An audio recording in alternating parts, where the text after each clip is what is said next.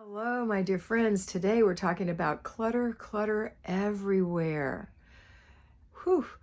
I don't know if you remember that from when you were a kid in school where we studied the tale of the ancient mariner where it was water everywhere and all the boards do shrink.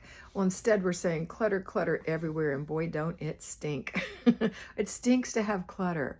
So let's get rid of the clutter. Let's get rid of the clutter. And how do you get rid of the clutter? You don't work 6 hours at a time, or 4 or 2 even. You work 15 minutes at a time. At the most 1 hour if you're a payroll homemaker and you do it on Saturday. And you work in little bites and you stay in one place and you set a timer and you have a bag, a box, and a basket for throw away, give away, put away. And you put your nose to the grindstone and you don't answer your phone and you plant your kids somewhere and you get to work. And slowly but surely you will chip away at it. Dripping of water wears away stone. Make it a great day.